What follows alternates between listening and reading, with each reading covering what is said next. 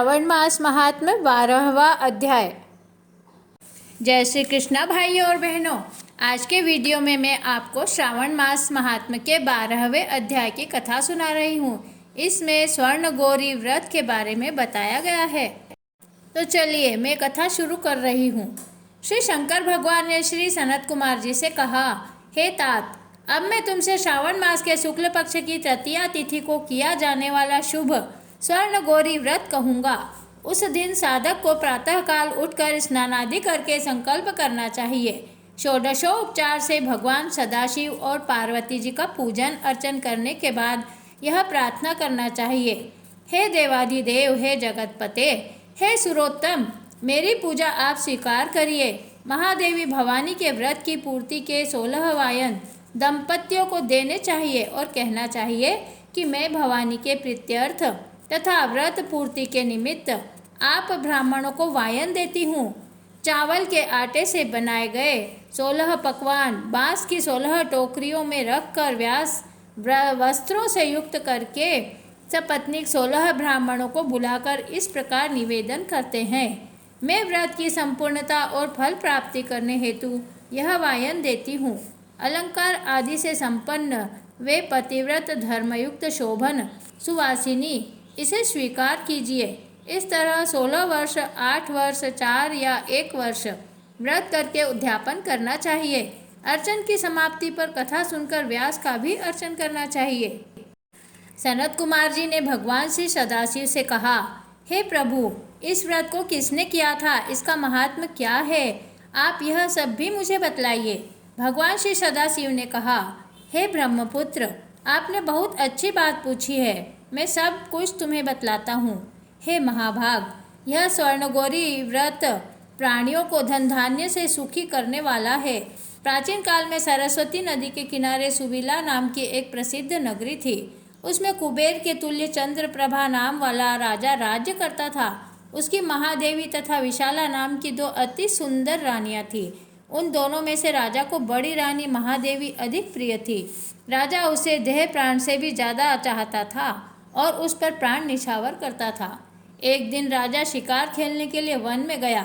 वहाँ सिंह, शार्दूल, वाराह, अरना, भैंसे, हाथी आदि का शिकार करने के पश्चात व्यास से व्याकुल हो जंगल में इधर उधर घूमने लगा। घूमते हुए वहाँ पर एक तालाब देखा जो कि भ्रमर, चक्रवाक, कारंडव, पपीहा आदि जीवों तथा रंग बिरंगे विकसित कुमुद, उत्पल एवं कमल, मल्लिका, चमेली आदि से युक्त था। उसने तालाब के किनारे जाकर उसका उत्तम जल पिया। उसने देखा कि तालाब के किनारे अप्सराएं किसी देवी का अर्चन कर रही हैं। राजा ने उनसे पूछा, आप यह क्या कर रही हैं? उन देवियों ने उत्तर दिया, हे महाराज, हम स्वर्ण गौरी का उत्तम व्रत कर रही हैं। यह मनुष्य को हर प्रकार की संपत्ति प्रदान करता है। आप भी इस व्रत को कीजिएगा। राजा ने कहा, हे देवियों, आप इस व्रत को किस तरह से कर रही हैं, इसकी विधि मुझे बतलाइए। साथ ही यह भी कहिए कि इस व्रत के करने से इसका क्या फल प्राप्त होता है। अप्सराओं ने कहा, हे महाराज, श्रावण शुक्ला तीज के दिन स्वर्ण गौरी का यह व्रत किया जाता है। इसमें प्रसन्नता पूर्वक भगवान सदाशिव और भगवती पार्वती का पूजन किया जाता है। 16 तार का डोरा पुरुष अपने दाएं हाथ में और स्त्रियां अपने बाएं हाथ या गले में बांधती हैं। बस यही इस व्रत को करने की विधि है। यह सुनकर राजा चंद्रप्रभा ने भी उस व्रत को किया और 16 तार का डोरा अपने दाएं हाथ में बांधा। उसने प्रार्थना की कि हे देव, मैं इस डोरे को व्रत के लिए बांधता हूँ, आप मुझ पर कृपा करें। इस प्रकार व्रत करके राजा अपनी राजधानी को लौट आया। राजा की दाईं बाह में डोरा बंधा हुआ देखकर कोई जादू टोना मानकर बड़ी रानी के क्रोध का ठिकाना न रहा और उसने जबरदस्ती वह डोरा तोड़कर बाहर फेंक दिया। वह डोरा पेड़ पर जाकर गिरा। राजा ने उसे बहुत मना किया मगर वह नहीं मानी। उस डोरे के स्पर्श से वह सूखा पेड़ हरा भरा हो गया और हरे रंग के ताज़ा फलों के संपन्न हो गया। छोटी रानी ने यह सारा हाल देखा। उसने वह डोरा पेड़ से उतारकर अपनी बाईं भुजा में बांध लिया। बस उस डोरे के प्रभाव से छोटी रानी राजा को सर्वाधिक प्रिय हो गई। इधर बड़ी रानी व्रत का अपमान करने से राजा द्वारा परित्यक्त तथा दुखी होकर वन में चली गई। वन में जाकर उसने महादेवी का ध्यान किया और मुनियों के यहाँ ठहरी। मुनियों ने उसे देखकर कहा, अरे पिशाचिनी चली जा। वह दुखी होकर घोर जंगल में एक स्थान पर बैठ गई। उसको दुखी देखकर देवी ने दया करके उसे दर्शन दिए। रानी ने देवी को दंडवत प्रणाम किया और इस प्रकार उसकी स्तुति की, हे देवी आपकी जय हो, आपको नमस्कार है। भक्त वर प्रद आपकी जय हो।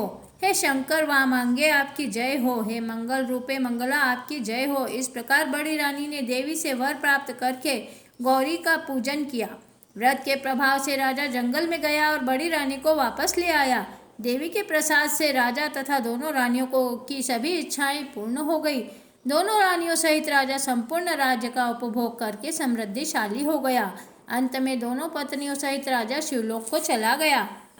शिवजी ने कहा, हे तात, जो शोभना पार्वती का व्रत करता है वह मेरा तथा पार्वती का अत्यंत ही प्रिय हो जाता है। इस लोक में उसको अधिक लक्ष्मी की प्राप्ति होती है और वह अपने शत्रुओं पर विजय प्राप्त करके अंत में शिव के निर्मल लोक को प्राप्त कर लेता है।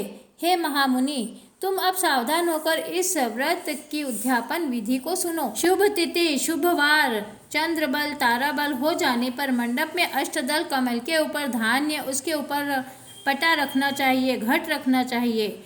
उस घट के ऊपर 16 पल का बना तांबे का पूर्ण पात्र रखना चाहिए। उस पूर्ण पात्र में तिल भरकर उस पर पार्वती, भगवान सदाशिव की प्रतिमाएं रखनी चाहिए। 2 श्वेत कपड़े और श्वेत यज्ञोपवीत भी रखने चाहिए। यथाविधि वेद मंत्रों से पूजन करके रात में जागरण करें। अगले दिन प्रातःकाल फिर पूजन करके हवन करना होगा। पहले ग्रह होम करना और उसके पश्चात आधान होम करना चाहिए। यव मिश्रित तिल को घी में मिलाकर 1000 या 100 प्रधान आहुतियों को देना चाहिए। वस्त्र, अलंकार, धेनु आदि से आचार्य की पूजा करनी चाहिए। 16 वायनों को दान करके सब पत्नी 16 ब्राह्मणों को भोजन करवाकर सामर्थ्य के अनुसार दक्षिणा देनी चाहिए। इतना हो जाने के बाद हर्षोल्लास से सगे संबंधियों सहित स्वयं भोजन करना चाहिए। यही स्वर्ण गौरी व्रत की विधि है। इसी के साथ आज के 12वें अध्याय की कथा यहीं समाप्त होती है। श्री शिवाय नमस्तुभ्यं, श्री शिवाय नमस्तुभ्यं, श्री शिवाय नमस्तुभ्यं, श्री शिवाय नमस्तुभ्यं। ओम तत्पुरुषाय विद्महे महादेवाय धीमहि तन्नो रुद्रः प्रचोदयात्। प्रिय भाइयों और बहनों, अभी तक अगर आपने मेरे चैनल को सब्सक्राइब नहीं किया है तो जल्दी से सब्सक्राइब कर लीजिए और इन वीडियोस को अधिक से अधिक शेयर कीजिए, जिससे श्रावण मास महात्म्य की ये कथाएं सुनकर सभी इसका लाभ उठा सकें। जय श्री कृष्णा। धन्यवाद।